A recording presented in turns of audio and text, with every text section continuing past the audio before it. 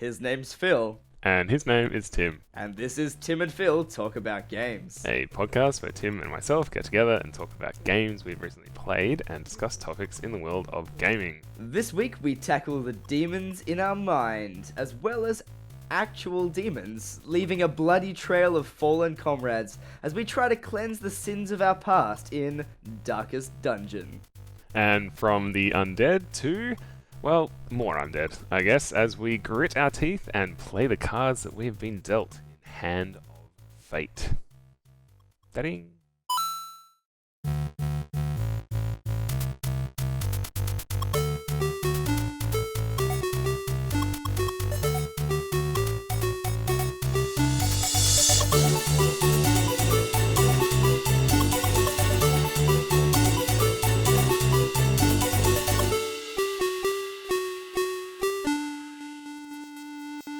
I feel like it should be said... Sorry, I should point out as well that I've only just recently recovered my voice after a 2-week period of not having one. Yeah, so we're So going it to try does and keep... sort of disappear every now and then. Yeah, we're going to try and keep this one a little bit shorter. Tim has been ridiculously sick. What was it that you had again, Tim? What was it? Apparently I had, I don't know, typhoid or like the Black Death. I apparently got pneumonia. Which is just awesome. I didn't know people still could get pneumonia. I thought it was like in the Oregon Trail. I thought they wiped that out like many years ago. So we're probably going to keep this one a little shorter than usual. And rather than get into a long, winding topic, which Tim would no doubt throw his voice at for long periods of time, we're going to just revert to our old school reviewing games kind of Which is podcast. handy because we both have played some really cool games recently. Yeah, exactly. Or at least a pair of really cool games. Yeah. So Tim's been playing Darkest Dungeon. I have not. And I've been playing Hand of Fate, and Tim has not, so that's quite good. I have done a couple of videos on Hand of Fate over at Twitch. That was when I was trying to figure out streaming and all that kind of stuff. Unfortunately, the internet here, where I am, has once again taken a dive. The upload speed is still fine, though, so I'm going to try mucking around with it probably over the weekend, maybe record a couple of Let's Plays. I'm going to try and go through one game from start to finish, rather than jumping around between games. And just record the entire thing. So it's going to be my first attempt at a proper Let's Play, so that'll be interesting. But yeah, before we get started on Darkest Dungeon, Hand of Fate, what other games have you been playing, Tim? I've been working a lot and also being sick a lot. Yeah. So that for that awesome sort of period of time where you just don't get to sit down and drill into games like you might possibly like to. But I have been finding myself back into the world of Pokemon because it's very hard to leave.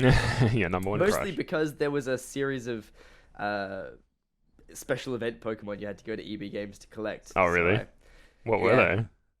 Well, it was the shiny Rayquaza, which Yeah. is one of the legendaries. Yep. And he looks really quite badass. Yeah. Well, you would expect so. Doesn't mean though you have to go and hang around at EB Games with your DS out like a total pedo creep. Like, you look so bad. As How how do these things work? Kids in and out. How does it work? Yeah. I've never done it. So most of them you go in with your DS, although the Rayquaza was actually a code that you picked up, but I didn't know that. Oh, okay. So what I did was I behaved as if it was the regular one where you go in with your DS and then you connect to a local Wi-Fi hotspot that they set up in store. I see. But if all you're going to do is to do that, I don't like to go in the store because it's awkward. You're not buying anything and you're not really... I don't feel welcome at that point. Yeah. So you sit outside the store, you lean up against the wall outside the store somewhere nearby with your DS out, trying to connect to the Wi-Fi at like the edge of the connection zone. As mothers are walking in and out holding their primary school children to go and pick up the latest whatever. Yeah. And you're trying your hardest not to look creepy, but as soon as you try and not look creepy, you look creepy. Totally look creepy. So you totally just end up sitting there like a pedophile, like the DS is some kind of, I'm just blending in, don't mind me, while I like leer at your children. Like it's a really awkward situation. Any listeners out there, this is all mostly in Tim's mind. He doesn't look like a pedophile. It's fine. No one would have thought that he was out to, fiddle with children. It's not. But then, like I said, I didn't know that this one was a code one. We had to go into the store, talk to the guy, and he gives you a code, and you put that into the DS. So for 20 full minutes, I'm outside the store resetting the wireless adapter, trying to connect to a Wi-Fi hotspot that doesn't exist, and just looking so I bet this was on your dodgy. lunch break as well. Yeah, it was terrible. It was really bad.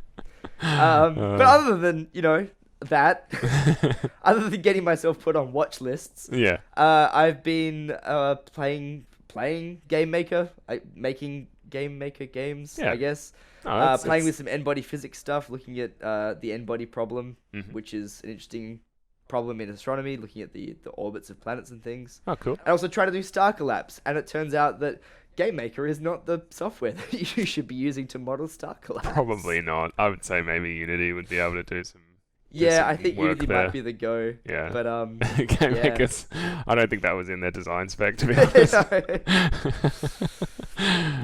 So that's me. Oh, that's good. Cool. As for myself, I've also been playing the Game Maker game. Just briefly recently, I've gotten into.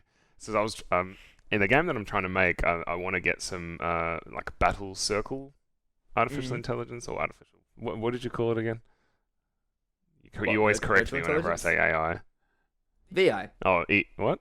VI. Oh, virtual intelligence. There we go. I want to get some enemies that will do the thing that, like in Batman and in fact in Hand of Fate, which we'll talk about, where you can have a bunch of enemies around you, but only like a couple will attack you at a time, kind of thing. So they'll actually wait for each other. I've been trying to get that happening, and I read somewhere that steering behaviors were a really good way of doing it. And steering behaviors is basically like a vector-based system where every like entity that you have has like a velocity vector that it's traveling upon. It's got a vector that it wants to be on, and then it's got a force, like a maximum force that will apply it to go that way. And so you can actually muck around with it. It makes some people look a lot more natural in that they don't. It's not like a they're moving left and they want to go, and then they want to path down. They won't just go at a right angle, go left to down. They'll actually take a nice smooth like path change. So anyway, it's kind of hard to explain on radio, but it's actually really effective. It's really quite cool. Just been doing that. Haven't gotten too far with it, but big shout out to Pixelated Pope, who's one of the members of the Game Maker subreddit, and is an absolute marvelous guy. He's a really nice dude. He's done a couple of tutorials on that, and they're really, really useful. So anyone who wants to get into that kind of thing, look him up. What else? Heroes of the Storm. I played about 20 games over the course of the last week or so. It's fun. It's still fun. It's still a MOBA.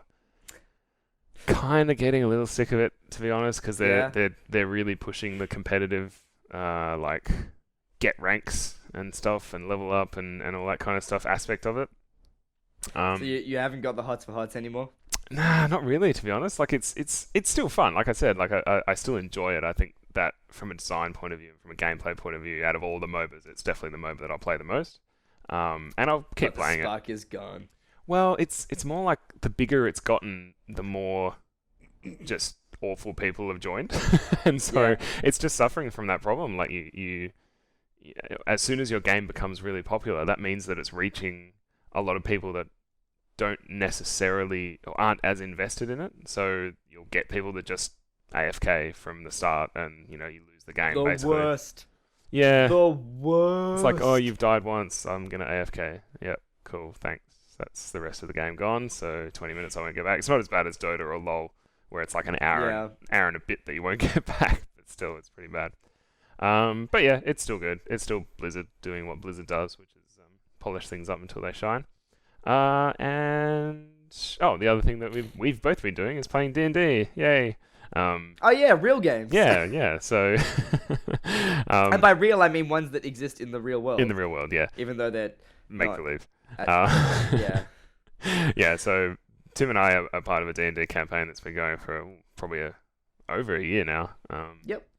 And it's been good to be able to dial in, basically doing exactly the same thing as Tim and I do to do this. I just dial in using Skype or whatever, Google Hangouts, and we roll die and I can see what people are doing. I can see everything there. So You yeah, prop your computer up against the end of the table, so it's like Yeah. you're a little virtual presence person. it does. I mean, I keep meaning to ask. Does my head like take up the entirety of of the screen? It's close. Oh god, that's really weird. But that's because the computer's just far enough away that it looks fairly natural. Right. I often find myself not saying anything because I kind of feel like I'm not quite there. It's really weird. Like I won't want to I interrupt noticed that, which anyone. is why I keep waving at you. Yeah, I know. Yeah, every now and again, Tim will like wave at me to see whether or not I'm awake. I guess. Still there? Yeah, I'm also. Did you mute us? Yeah, I'm also an hour and a half ahead of these Ahead. guys, so I always end up kind of going to sleep just as things get interesting. But yeah, it's still really fun. It's still awesome to catch up with those guys. So yeah. Anyway, so I think that's probably enough for games we've been playing, and that's all the games I've been playing. Yeah. So let's get Time to get into the guts of it. let's dig into it. So Darkest Dungeon.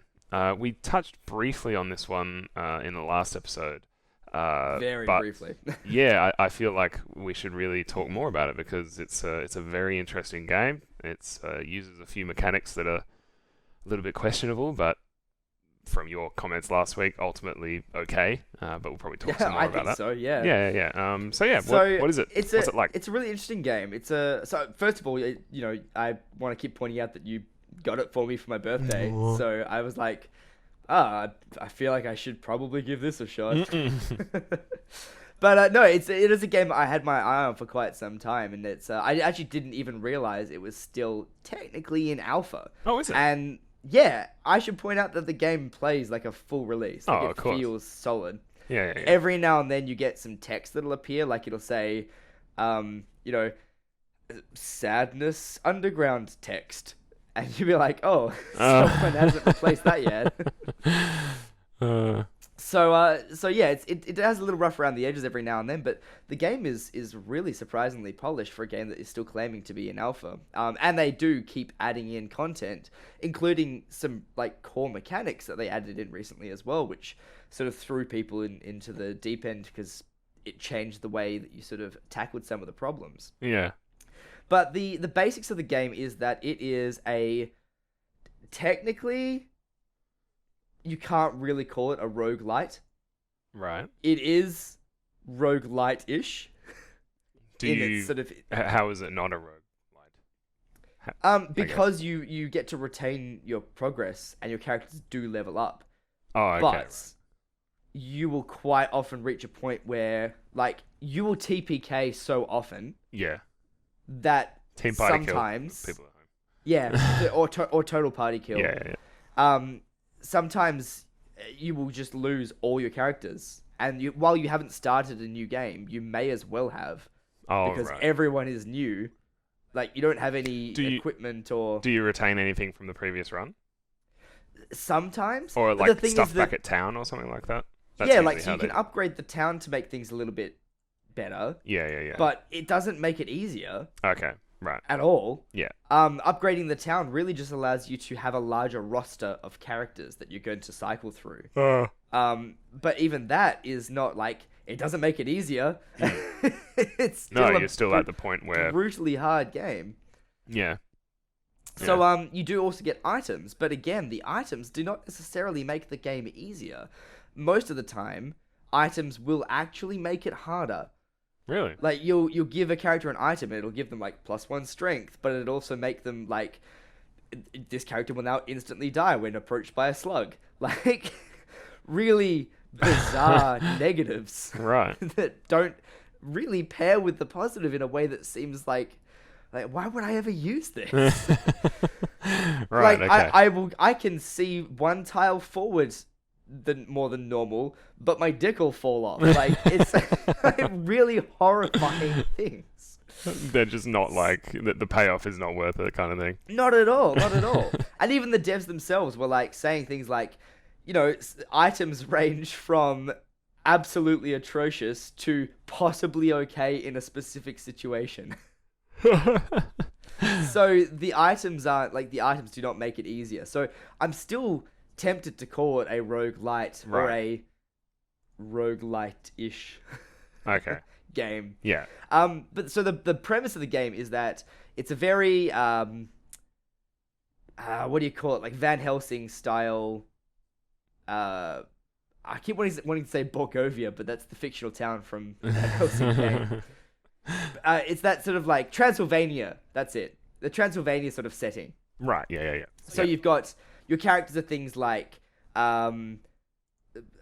seekers of the faith and plague doctors, like with the big plague masks. Yeah. The crow face ones.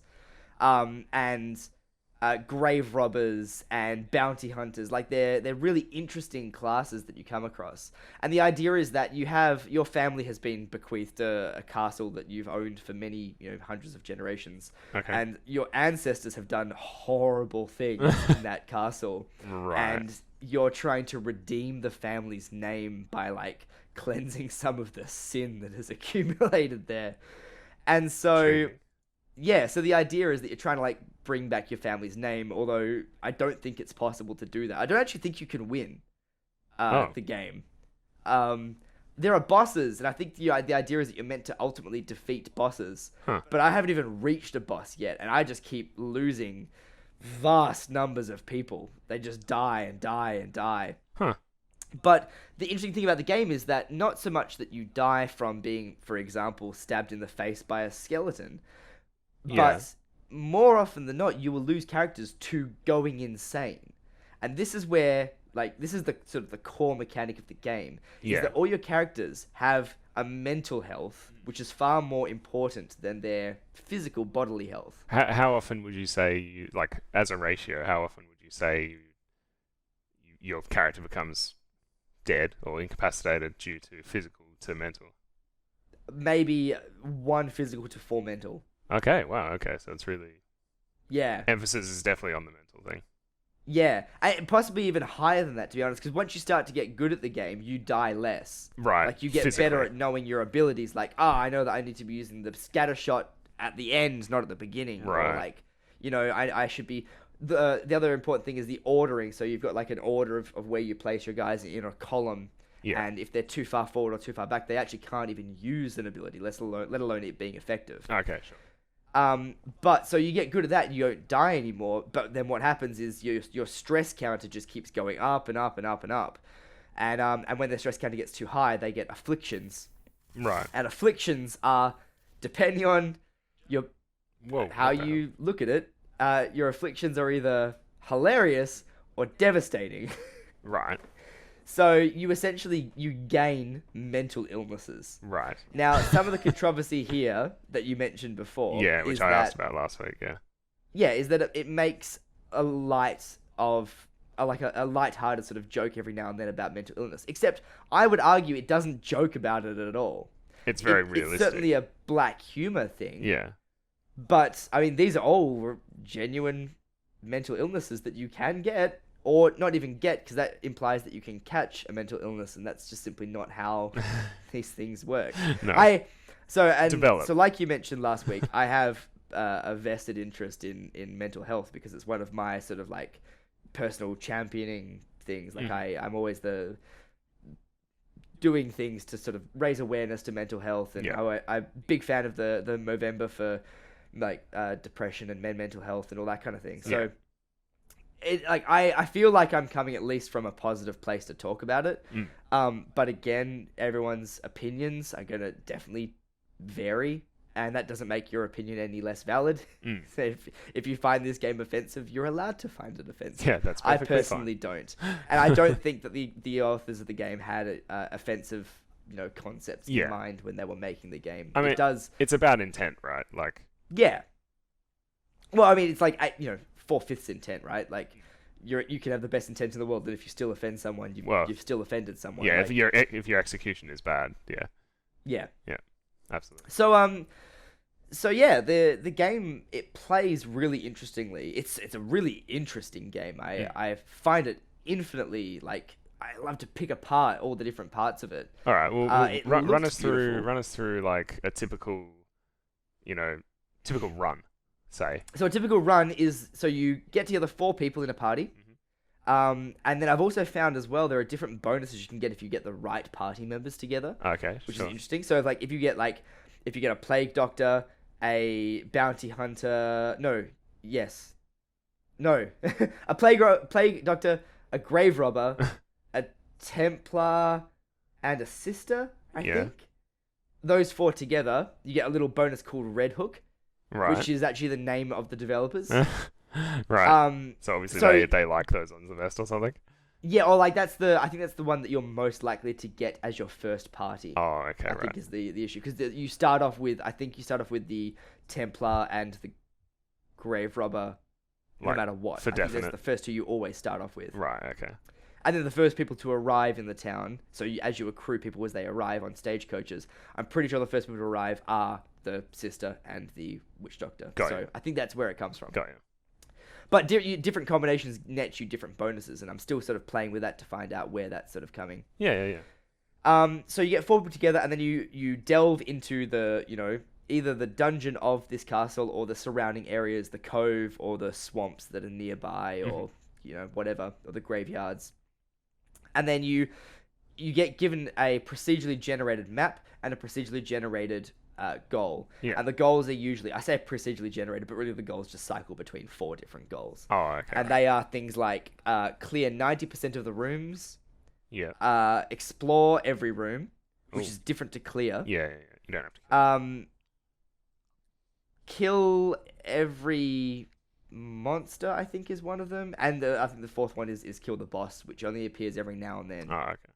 So the clearing of 90% of rooms is actually much easier because you don't have to look in every single room. And the thing is that every room you enter adds to your stress. So opening doors and going into new rooms is bad for you. And this is right, like this meshes right up against, or like not meshes, but like the opposite of meshing. It like the teeth grind on the cog of my brain because I want to open all the doors and I want to explore every room. Because I'm like, well, what if I'm missing the chest that has the cool thing? So, but if you do, like your party will just go insane. Like you can't really afford to do it. Yeah. So, so you go through and then every now and then you have a chance of finding either a trap, a chest, an object, or a monster to fight. Okay. So each time you take a step forward on like each time you uncover a cell on the map, one of those four things or nothing will happen. Okay. And then the whole thing also plays around the concept of light as well. You have a torch that you need to keep lit. The lower the light gets, the more enemies will appear. Right. The more likely you will be surprised by an enemy, so you'll get they will get a surprise round against you. Oh, yeah. And the more stress you will accumulate. Right. However, if the light level is low, you also get more loot. That's So clever. there is like once you get to sort of the mid game, which I have struggled to reach, people talk about going on these like no light runs where they will What? snuff out the torch, and you can actually you right click and snuff out the torch, and then you have 0 light plus 100% chance for loot. Which is also there's loot other than items as well that you do need to use to upgrade the town. So it is beneficial to do these no light runs, but you lose people and quickly. Yeah. I can imagine. So yeah, as you go through, you have these. The combat system is very refreshing to me. I find it very fun. Each character has a different type of special ability, and each character has a different chance for getting a different type of special ability. So for example, 2 plague doctors will not be the same. Oh, okay, cool. They will have different abilities. That's a really cool sort of thing. Yeah, nice one. But then you start to, as you play, you accrue maladies, afflictions, and diseases or illnesses, I think. Okay, sure. Afflictions are the really bad ones, and that's things like you might gain depression or you might gain kleptomania. So it's nothing more frustrating than finding a chest and you're like, oh yes, a chest, and then one of your characters goes, "Ooh, me first," jumps in and grabs everything in the chest and destroys it. Oh, what? Yeah. Or worse, you get a chest and you're like, "I don't want to open this chest because I'm pretty sure it's trapped," and then your character like, "No, I want to see what's inside it," and they open it for you and they unlock the curse and it summons a Cthulhu-esque monster that springs forth out of the nether realm. Yeah. So it's really interesting how the different maladies and afflictions start to play against each other. And then you've got things like, you can get leprosy, you can get typhoid, you can get all the normal fun illnesses. Dysentery. Pneumonia, I'm sure, is one of them. Yeah, dysentery. An ox can fall on you, I'm sure, as well. So there's all these different things. And then when you get back to the town, if your characters are afflicted with things, you can put them in, like, for example, the sanitarium. Yeah. Or you can send them to the church to go and pray or flagellate. Yeah. Send them to self-flagellate. You can send them to the tavern to drink away their sorrows or to go to the whorehouse. Like, there's all these different ways to reduce stress. Right. But here's the other fun thing, right? You've got a roster of people that you aren't taking on each mission. So let's say you take a bunch of guys out, they get really stressed, you come back to town, you go, right, I'm going to take the non-stressed people out next time. Yeah. The people you leave in town still get stressed. Why? They still accumulate stress because the town is miserable. Oh, okay, right. Like, it looks horrible. It's all run down, it's rickety, it's gross, and it's dark. When the sun rises, it never gets, like, above the horizon. Like, it's always dark. I'm pretty sure everyone has, like, seasonal affective disorder as well. Exactly, Like, the whole thing is just, it's so morbid. So you leave the guy there. So I'm going to leave him with the high stress in the town and go off with the other guy. You come back to find that he's even more stressed. And now, like, if you want to take him out, like, he's just going to get an affliction on the very first room that he opens. Yeah, right. So it's like, you can't win. You're constantly battling against these odds. It's so interesting. It's one of those zero-sum games where you just, like, what's the one from Star Trek where, like, you can't win? And then Captain Kirk does something different? I don't know. I think I just lost all my geek cred by not knowing that. Chess? No, it's a Starfleet Academy simulation. Oh, right. I No. honestly don't know. I haven't watched a lot of Star Trek, I'm afraid. Yeah. So yeah, it's a beautiful game. The art is gorgeous. All the characters the eyes are shaded in. Right. So no one has eyes.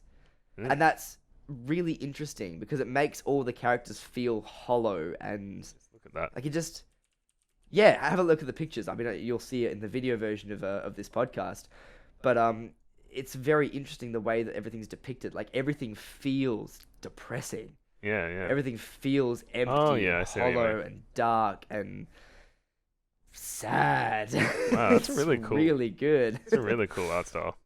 It is. It's beautiful. And when things like when you get an affliction, sometimes your guys can also rally as well. There's a chance for them to rally, and when that happens, you feel so good. Yeah. Because, like, everyone's stress suddenly drops, and, like, one guy gets really good at combat, or, like, he gets really good against opening doors, and, like, you're like, yeah, we're invincible, and it feels really... So I guess when you do get something good happen to you, it feels amazing. It feels so much more worth yeah, it. they've really done a great job on that.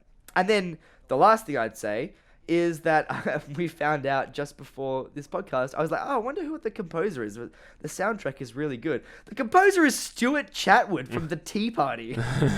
Like, Canadian rock band who I loved in the 90s. He was the bass player and keyboardist. And I also found out he apparently did the soundtrack to almost every Prince of Persia game ever. Which is pretty damn good. Which is awesome. Does it make you want to go back and play all the Prince of Persia games? It makes me want to go back and listen to Tea Party. It's a good call. Wear some flared cargo pants and, put on a red cap and, like, all the other terrible things we did in the early 90s. Oh, awesome. Yeah, I mean, I really want to try Darkest Dungeon at some point.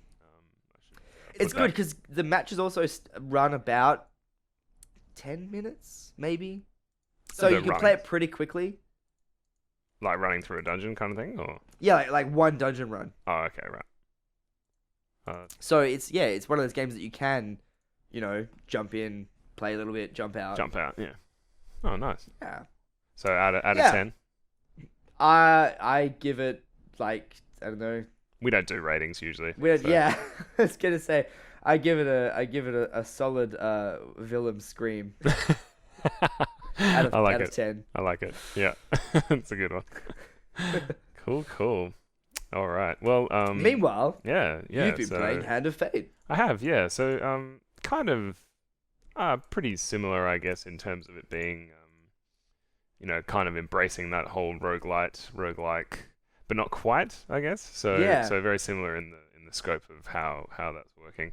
It is interesting how like the number of rogues and roguelites Yeah. have sort of influenced recent games. A lot of games now have those elements in there while not actually conforming to the standard. Well, I think it's just a very easy way of extending the gameplay, right? Like, I Yeah. mean, as much as it's quite difficult to balance a game like that, it's still probably easier to do that and spend some time balancing how you're going to do the roguelike elements of something than to actually generate a buttload of levels by hand. Uh, and all that kind of stuff. So it kind of makes sense, especially given the context of both these games being relatively indie, compared to, a AAA developer that may be able to actually just go, well, we don't want procedural levels, we want everything to be handcrafted, bespoke. This tree, I'm going to craft it over several months. Bespoke pixel trees. Exactly. So yeah, kind of. We can buy artisanal sand dunes. Yeah, exactly. I made these fjords, the crinkly bits. Yeah. So it kind of makes sense, and I think we're not going to see any less of it. That's for sure. I think people are going to continue embracing the procedural generation for sure, just because it's like I said, a little bit easier than having to handcraft everything. So Definitely. yeah. So Hand of Fate, it's made by an Australian studio, which is nice. It is made by a studio called Defiant Development. They've made mostly mobile and tablet games up until this release. In fact, I think this is their first full release on PC, PS4, and I think Xbox One was all released on those platforms, which is quite nice. It's good to see Australian industry getting up because it got kind of slapped down a little while ago. A lot of makes me want to apply for some of that sweet screen money. Yeah. So it got partly funded by Screen Australia, which is I think in last episode I said was really weird to see because you just it is still weird to see though.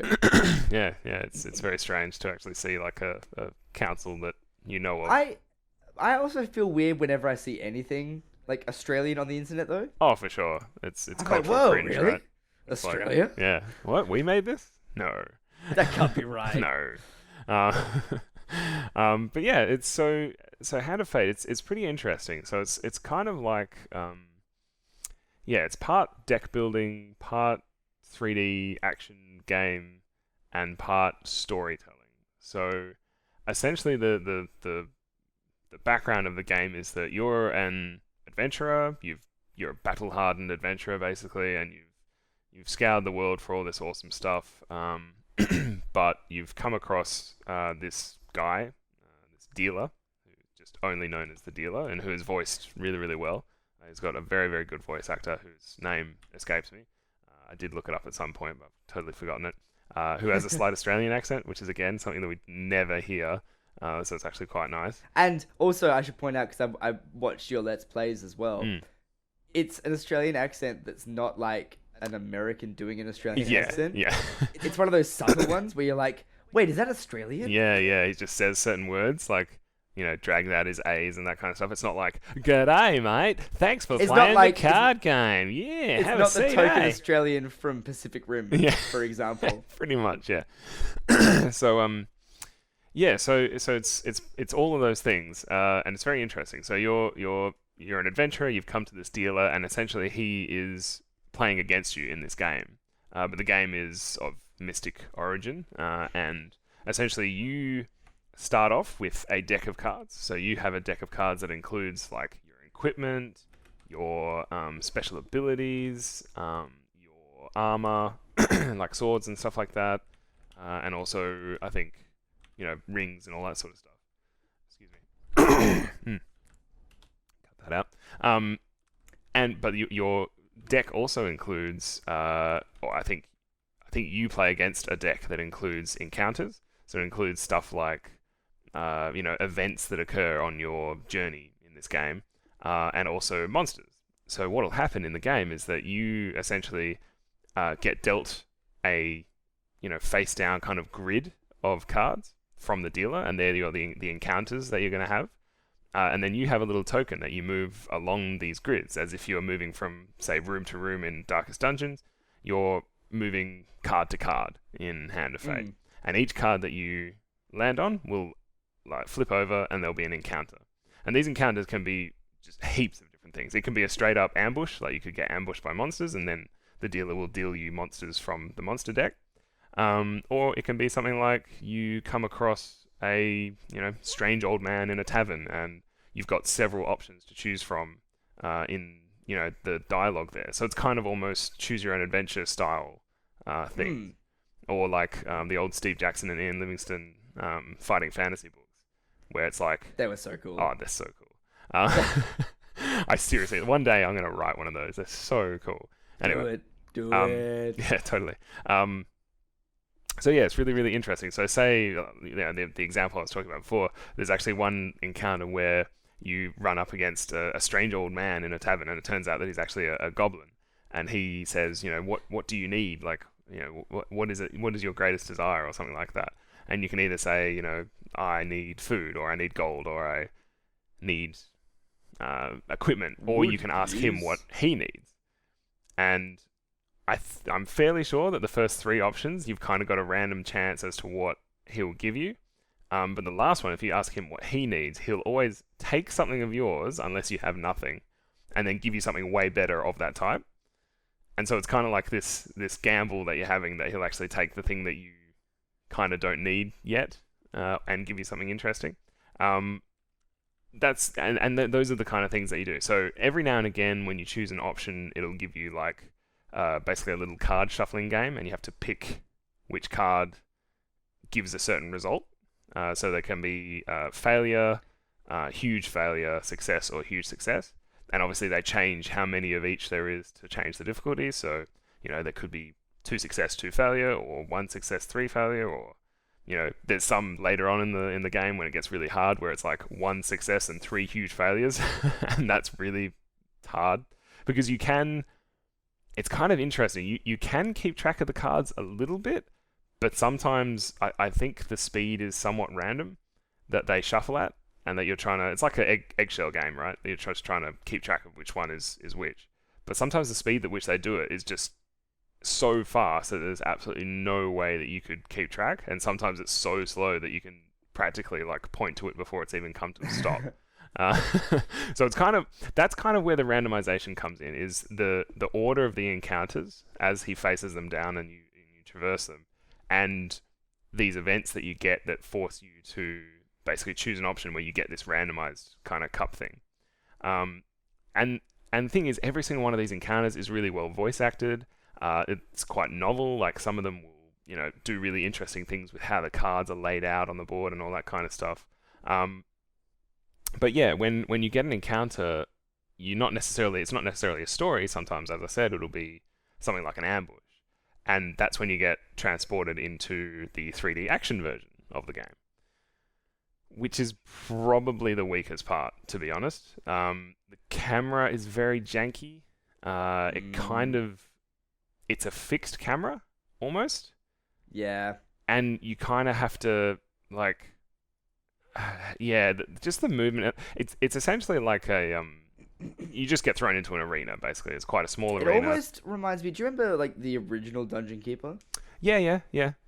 It almost reminds me of that, but, like, if you were trying to play as the hero... Yeah. Like, it doesn't work at all. It's Yeah. like the kind of camera you would expect from, like, a Sims game. Yeah, it's just very static, and it doesn't really give you... Like, quite often I would find myself just not be able to see something. Like, not be able to see an enemy that's attacking me, which is just not what you want as a player.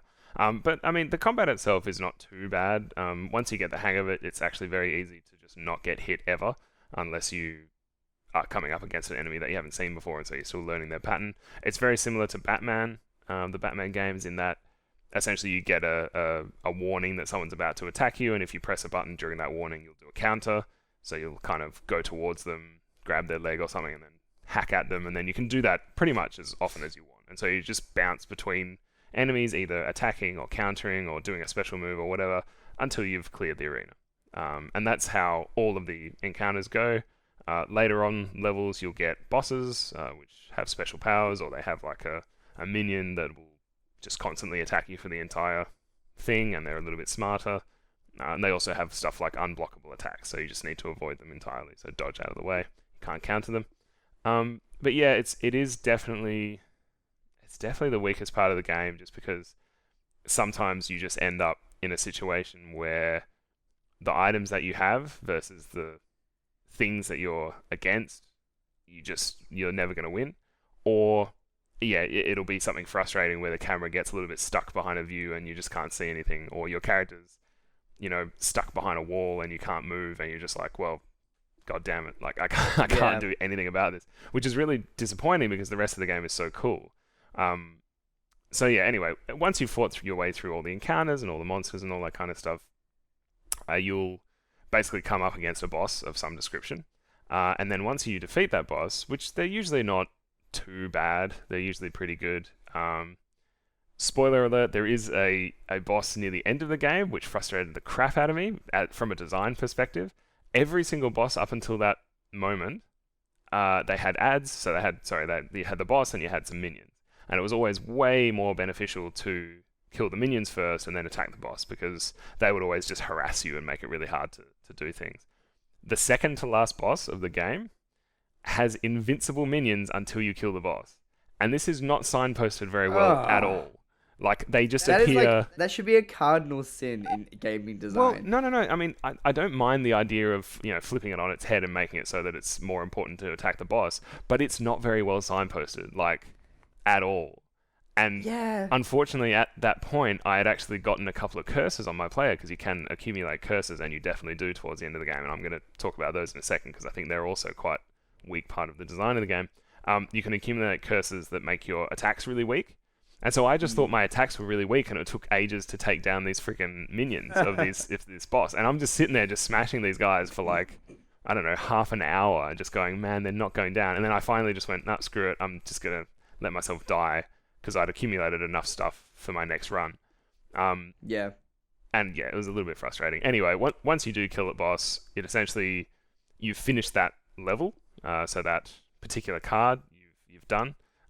Because all the bosses are actually like Jack of something, Queen of something, King of something. So it's Jack of, I think, Dust, Scales, and Rats. Yeah, Dust, Scales, and Rats, and Queen, and then King, obviously. It goes back to the start. As you've gone through encounters, you get more encounters, and then those encounters you don't actually know what they do yet, kind of thing. So you can include them in your deck if you're want to do those encounters and see what rewards you get, because some of these encounters get better rewards than others. Like, say, an ambush may not be something that you want in your encounter deck. Sure, I understand that. That's not the greatest. Or if you think you're good at battling, maybe it is something that you want, because I'm pretty sure from the ambush one you actually get 3 treasure cards, so 3 possible upgrades to your equipment, or gold, or food, or anything like that. And so you can customize your deck to a certain extent. There are encounters for every level that have to be included into that deck, and that's just from the dealer. So that can be stuff that runs with the theme. So say if you're going to be fighting the Queen of Scales, there'll probably be some Lizard Men encounters that you just have to have in your deck. But you can also customize the item. So if you think an item that freezes enemies is way more useful than an item that does explosive damage, then you put that in your equipment deck, and you can customize how you like to play the game. So that's kind of the roguelike element of it. You have those cards that you earn as time goes on, and that customizes your story. So yeah, it's a really cool mechanic, and I actually really think that they should explore it some more, because it's very similar to games like Dominion, or basically any deck building game that you can name in the board gaming world. See, for me, I feel like maybe the minions being invincible isn't a cardinal sin, but it's bad not the worst. Signposting in a game really is a cardinal sin. That's right up there in my mind with the invisible checkpoint. Yeah.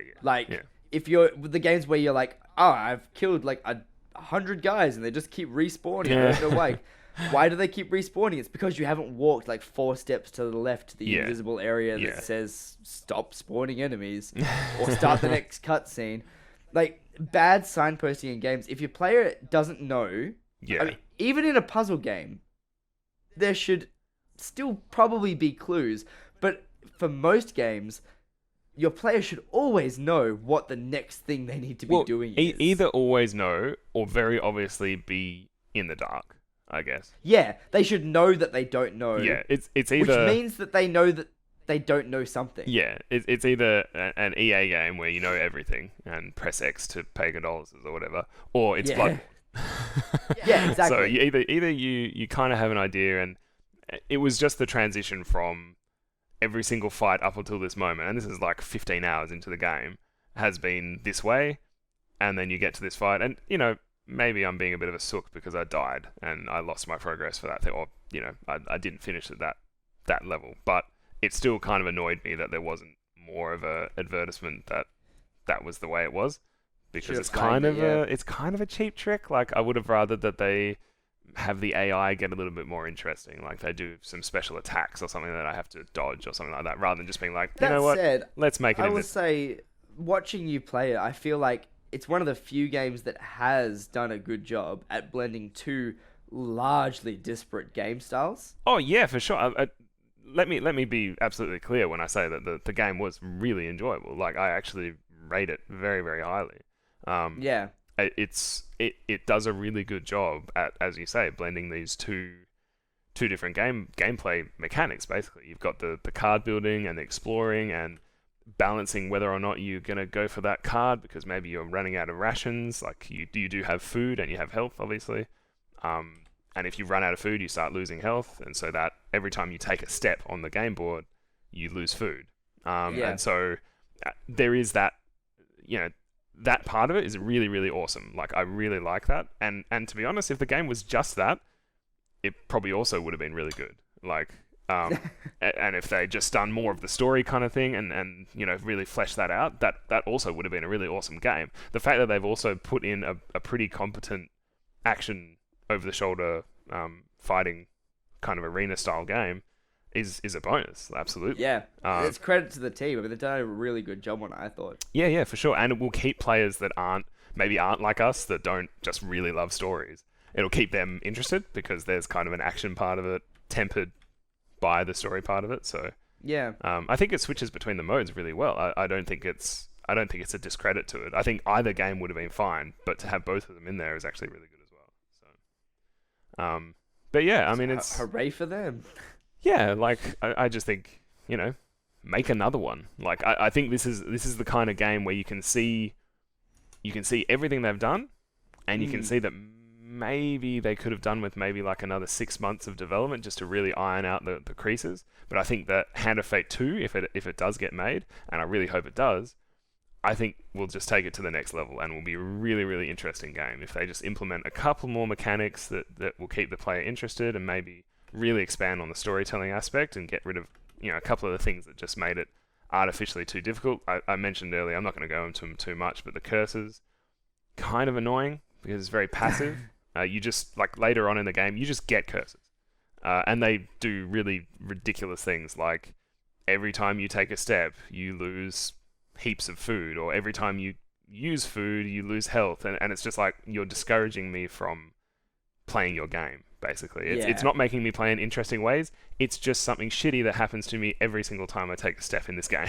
Like, there was no different gameplay style that it was encouraging me to take. There was no challenge that it was encouraging me to, like, take on.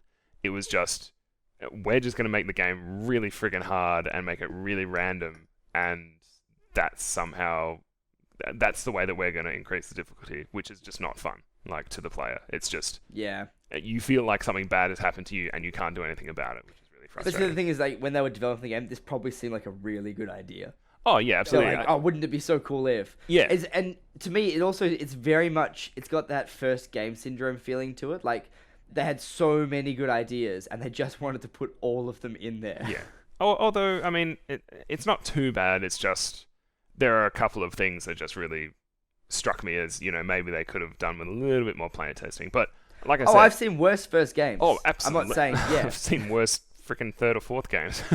Yeah. It's certainly not a discredit to them. I think they've done a really, really good job, and I I encourage. think it's the kind of game that we're like, I would be really looking for that, like, not necessarily the sequel to that game, but I would be very, very interested in the second game that group releases. Yeah, absolutely. Because I They think have they're going to learn so much from this one. absolutely, and the fact that they took this on, this like card deck building game, I think speaks to the fact that they obviously are trying to go down routes where there's interesting gameplay. Like, it's a bit of a risk, but when it pays off, it's really, really good. And that's exactly what's happened here. They've taken a bit of a risk putting these two disparate gameplay modes into practice, but it works really well.